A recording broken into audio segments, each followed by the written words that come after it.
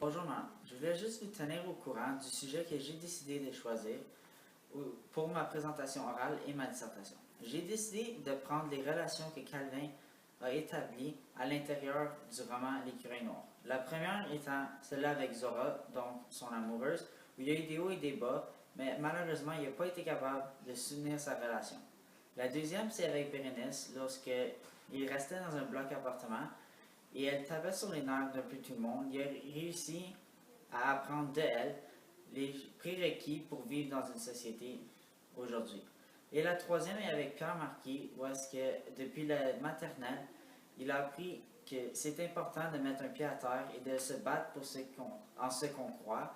Et grâce à ça, il a eu un ami qu'il a encore aujourd'hui. Calvin, lui qui est le personnage principal dans le roman L'écureuil noir, a appris des choses très dispendieuses, surtout grâce à trois relations qui ont sorti de l'ordinaire. Pour débuter, il a appris grâce à une jeune femme qui habitait dans le même bloc appartement ce qu'il faut maîtriser afin de survivre dans notre société. De un, Bérénice est une femme plus ou moins solitaire. Cependant, lorsqu'un nouveau jeune homme de race différente vient s'installer dans l'immeuble, elle fait tout en son possible afin de l'accueillir et de le faire sentir à sa place. Malgré ses efforts, le jeune homme tente de la repousser, mais Bérénice ne veut rien savoir. Ceci a donc appris à Calvin, qui observait la situation, qu'il est important de prendre soin des autres, mais il est important de savoir se retirer et donner aux autres leur espace lorsqu'ils le demandent, ou même lorsque l'on juge qu'il est le moment de les laisser seuls. Aussi, lorsque Calvin obtient un poste en tant que concierge pour le même bloc appartement, Bérénice le bombarde de demandes sans arrêt. Calvin, cependant, a appris, grâce à Bérénice, que dans la vie, il est important des fois de dire aux gens ce qu'ils veulent entendre, même si on sait très bien que le contraire est vrai. Calvin a, grâce à cette relation, les outils afin de survivre dans n'importe quel poste d'emploi, n'importe où dans la région, mais plus important, il a les outils pour avoir un grand succès.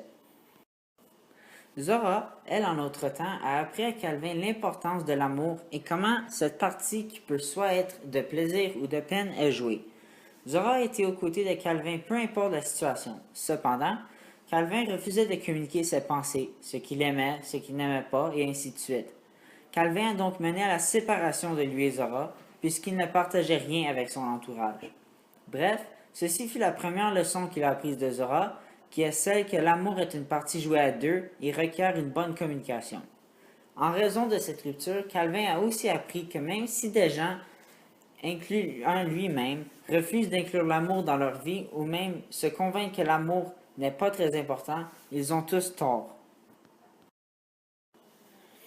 Aussi, Calvin s'est procuré une amitié imprimée dans la pierre, comme on le dit si bien, avec un jeune homme appelé Pierre Marquis, qu'il connaît depuis l'école élémentaire. Tout a commencé il y a longtemps lorsque Marquis se faisait harceler et intimider dans la cour de l'école.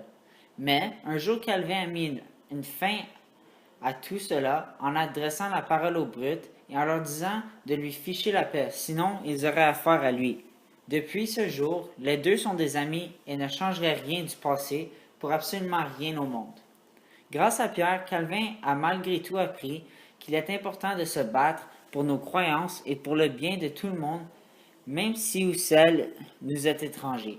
À ce moment, Calvin a appris que n'importe où tu te situes, où tu travailles, où tu décides de te divertir, il y aura toujours, mais toujours des brutes dans les parages. Il faut simplement apprendre à les ignorer et vivre notre vie pleinement.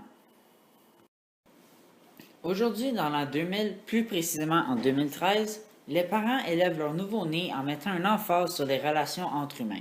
Par exemple, chez moi, nous sommes trois garçons qui, nous trois, possèdent chacun notre groupe d'amis et passent la plus grande majorité de notre temps libre avec eux.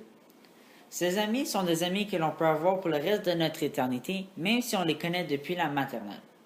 Du point de vue d'un enfant, les amis, ça sert à faire des activités et rigoler un petit peu. Cependant, d'un point de vue d'un parent, chaque ami que leur enfant possède apprend à leur enfant une leçon de vie qu'il gardera dans leur mémoire pour une éternité. Par exemple, lorsque tu es en salle de classe avec ton ami et que tu fais des bêtises, les conséquences qui viennent avec les actions apprennent aux enfants ce qu'il y a de mal et aussi ce qu'il y a de bon. Aussi, lorsque les enfants se promènent d'une maison à l'autre, ils apprennent la bonne manière de traiter une personne d'autorité. Cependant, Comme toute personne, les enfants vont un jour se mettre dans un grand pétrin qui les ébranleront, mais ils vont donc être les premiers à ne plus jamais se remettre dans cette situation. Bref, un ami est toujours à tes côtés et t'aide à voir le bon côté de chaque moment et les rendre mémorables. Cela est la façon dont moi et mes frères ont été élevés comme plusieurs autres personnes de notre âge d'ailleurs. La même chose peut être dit au sujet des parents, puisqu'ils doivent trouver des moyens de rendre la vie au travail et leur fin de semaine amusante et surtout relaxante, donc sans enfants. Les amis adultes peuvent aider à propulser ta carrière dans un domaine de l'avant. Ils peuvent t'aider à surmonter un obstacle, ignorer un coéquipier qui est méchant ou même un employeur, comme j'ai déjà entendu auparavant, sans cervelle. Cependant, sans avoir de l'expérience dans le sujet, je dis que les amis d'un parent aident à apporter un grand plaisir aux fins de semaine et aux petits voyages annuels entre amoureux avec d'autres couples. En parlant d'amoureux, plus de 55% des gens sont prêts à s'inscrire en ligne s'il le faut pour rencontrer d'autres gens. À ce point-ci, il est sûr et certain que tout le monde cherche à faire des relations. Certaines personnes sont même prêtes à rencontrer un étranger qui vit peut-être à une autre extrémité du monde. Bref, dans le roman, comme dans la vie d'aujourd'hui, comme dans les films, comme dans les jeux vidéo, les relations entre humains qu'on établit nous apprennent bien des choses et amènent un certain punch à notre vie. Les amis, c'est vraiment pour la vie.